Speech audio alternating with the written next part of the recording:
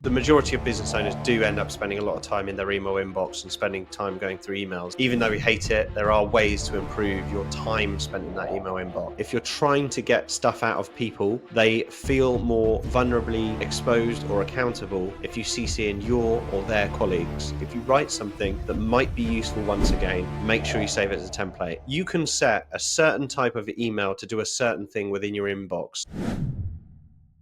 Jack's email hacks. What you got for us? Yeah, so I probably will condense this into a video specifically around email hacks, but it's just I was doing some smart emailing, you could call it, over the period that I was away. And I just didn't know if you guys out there that spent, the majority of business owners do end up spending a lot of time in their email inbox and spending time going through emails. So even though we hate it, there are ways to improve your time spent in that email inbox. So I'm going to list through a few of those. We predominantly in XP and Central Suites use Gmail. I don't know if some of these are transferable with Microsoft, but I think most of them are, and just how I use them and how it might be useful for you to think about how you can integrate that into your way of working through your emails to improve how much time you spend in your emails. So number one is time. So in Gmail, you can actually time when an email sends. I really enjoy using that because I think of the email to send now, but they might not need to receive it till next week, for an example. Where I've had an example of that is I've thought of something that I want to tell a bank, but I know that I haven't done the work yet, so the images aren't ready. So you can create a Google Drive link, get the email packaged up, send it to them, and then when the emails are available on the Google Drive, you can then upload them at a different time. So the email goes out on a set date, and then you can then infill the file at a different time, or even at a later date, whatever it may be. So timing emails, I love. We actually let another business down from a perspective we didn't want to work with them anymore. And when they originally got that email, they said it ruined their evening because I sent it at like 6 p.m. So just the final sort of nail in the coffin, I timed it to send it at 9 a.m. because I knew that when they read the first email of us saying that we weren't happy with their service, it ruined their evening, and I didn't want to do that again. So that's another example of a timed email, but a bit more morbid, I suppose. Filters. This is probably one of my favorites out of all of these, if I'm really honest. So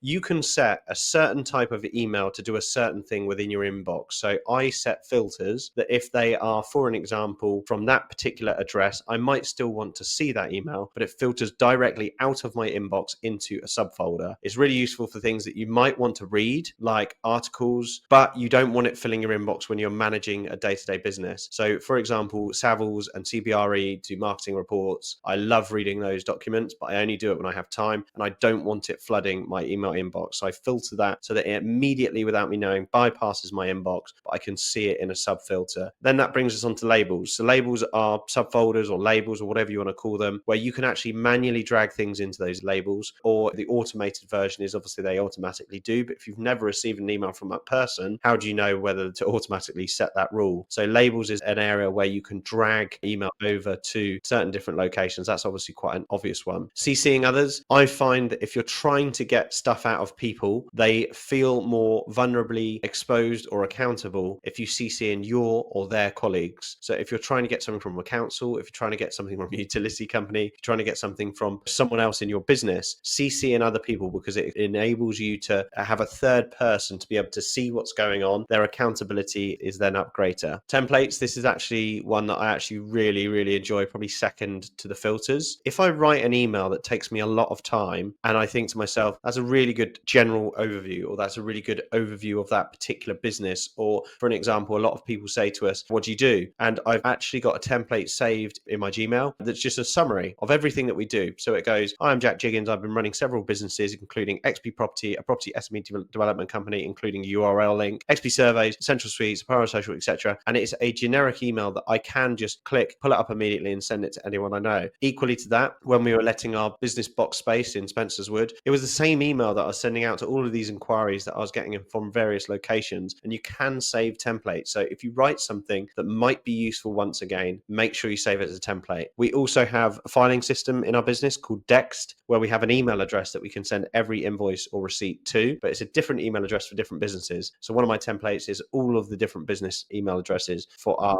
filing software. Of course, in some instances, I get our PA to do it, but if I then end up doing it, it's super useful. Personal and business. So I have a personal email address and a business email address. So if I'm dealing with booking a hotel to go away for the weekend with the missus, it's not going to be in my business inbox, and vice versa. You often then sometimes find there is natural overlap. So you might accidentally quickly book a restaurant, and that restaurant booking go through to your business email address. What I then then do is just forward it to my personal inbox so that when I'm in a working day, I'm looking at business emails and then I'll check less important personal stuff. If people want me personally, they're going to phone call me. They're not going to be emailing me, urgent, Jack, can you call me? They're going to call me. So I know everything in my personal email inbox can literally wait for evenings and weekends. So I sift as much as I can over to there.